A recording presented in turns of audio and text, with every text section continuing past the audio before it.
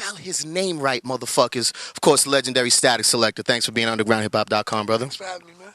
Now, first of all, you've done something. You've joined an elite group of DJs in the history of the recording business. In that you're one of few cats that has released a fucking album. That's practically impossible for a DJ to do. Did you have your eyes on this for a long time, or how did this come about? Yeah, for about the last 5 years, I've been talking about it on mixtapes, hinting about it, putting it, in the linen notes and shit. But it's time, man. It came together. We did most of the album in like 2 or 3 months. Well, let me ask you why. You did something very unusual in that you're full of a lot of surprises. In that you are a cat not from New York City who fucking infiltrated the fuck out of the New York City mixtape game. Why wasn't that enough? Why did you have to take it to the next level with an album? Because I wasn't done yet, and I mean, the whole DJ drama thing happened, and it really dampened the whole game to where, like, half the spots selling them don't sell them anymore. It's like, it's all messed up. So I was like, I'm just going to do albums. I'm not done. I'm starting another one right now. All right, now we're going to talk about the album in a second, but we got thousands of up-and-coming DJs watching this shit, and really, your come-up is pretty goddamn impressive. How the fuck did you do that? You are a cat not from New York City. Again, take it step by step. How do you infiltrate the New York City mixtape game? And now to a point where you're, a worldwide cat. Really, it has nothing to do with the actual mixtape game. It has to do with your networking skills with the artist and who can get the records first. Because, it ain't 95. It's not about who's the nicest. Although I like to portray skills on my mixtapes, It's not about that. It's about who got what and who can, remix this. And get whatever you get is exclusive. And, that's what I did. I met with a lot of artists, DJs, and just build a rep off that. Especially being on radio, it helps me, too, get the joints before everybody else. But, I mean, in New York, it's all about who got it first. So I got it first, and there's no denying. It don't matter where you could be from Mars. If you got the joint first, New York fucks with you. Well, you're a bit of an anomaly, again, in the DJ game in that you actually have some serious fucking skills.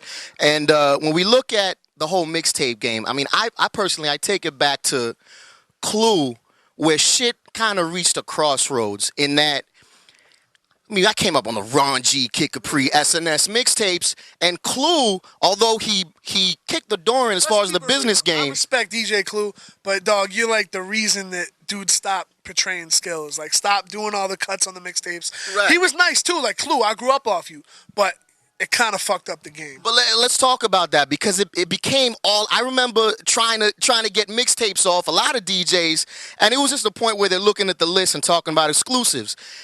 And again, you're a guy that kind of blew up over having exclusives. Do you think exclusives kind of fucked the game up? Oh, totally. But when I realized it, it's like nothing I can do about it except add skill to what's already going on. So if you got your K-Slays, you got your Big Mikes, you got whoever who, got the exclusives, I'm going to be that guy that got the exclusives and can cut and all that. Right. And I mean, I got my own lane. And that's how it's working. Obviously, you just mentioned Termanology and Rex. Let's switch hats. Now we're talking about the businessman Statik Selektah.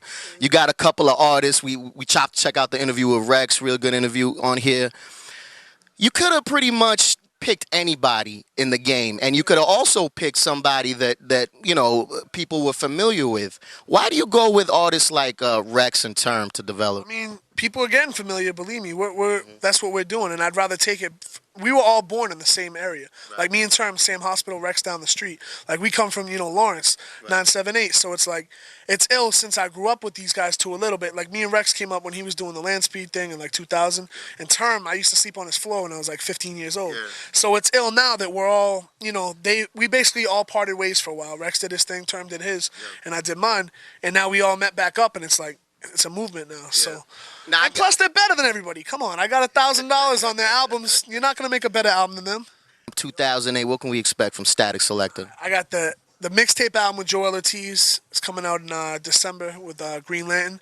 I got a CD called The 23 Breaks of Death with Q-Tip. I'm producing the whole thing. We got some crazy guests on that one. I got Rex's album's dropping in February. I'm doing like 75% of that. And Term's album's dropping like probably in early March. So I mean, lots about to drop. I mean, the mixtape thing, I might go back to it for a minute, but it's easier to just do these little like street albums. Undergroundhiphop.com. Spell the motherfucking name right, Mr. Statik Selektah, y'all.